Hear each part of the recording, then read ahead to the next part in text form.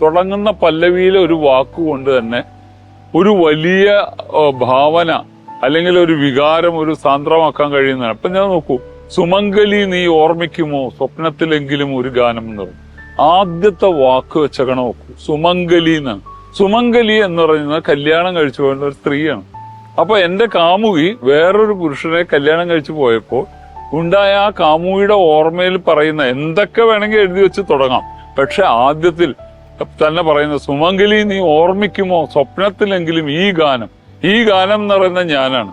അപ്പൊ എന്നെ വിട്ടുപോയാലുള്ള ആ സുമംഗലി എന്ന് പറയുന്ന ഒരു വാക്കിലൂടെ തന്നെ, പല്ലവി തുടങ്ങുന്ന വാക്കിലൂടെ തന്നെ ആ പ്രപഞ്ചത്തെ, ആ വിരഹത്തെ, ആ വിപ്രലംബത്തെയൊക്കെ അദ്ദേഹത്തിന് ആവിഷ്കരിക്കാൻ കഴിയുന്നു.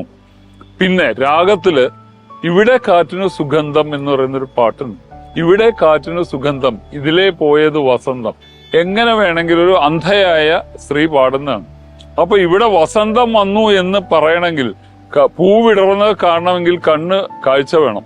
അപ്പൊ കാണാത്ത ഒരു അന്ധയുടെ എക്സ്പ്രഷൻ എങ്ങനെ കൊണ്ടിരുന്നു ചോദിച്ചാൽ, അദ്ദേഹം എഴുതി വെച്ചിരിക്കുന്ന പല്ലവി തുടങ്ങുന്നതിന് ഇവിടെ കാറ്റിന് സുഗന്ധം എന്നാണ്.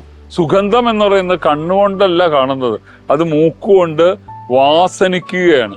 അപ്പോ ഇവിടെ വസന്തം വന്നു എന്നുള്ള പൂക്കൾ വിടർന്ന ഒരു സൗന്ദര്യം ഞാൻ കണ്ടല്ല വരുന്നത്. ഈ അന്ധയായ യുവതി ഇവിടുത്തെ പൂവിന്റെ ഗന്ധം ആസ്വദിച്ചുകൊണ്ട് പറയാണ്. അപ്പൊ ആദ്യത്തെ വരിയിൽ ഇവിടെ കാറ്റിന് സുഗന്ധം, ആ വാക്ക് ഉപയോഗിച്ചപ്പോ തന്നെ ഇവിടെ അന്ധയാണെന്ന് മനസ്സിലാവുകയാണ് നമുക്ക്. അങ്ങനെയുള്ള കൈയടക്കമുള്ള വലിയൊരു കവിയാണ്.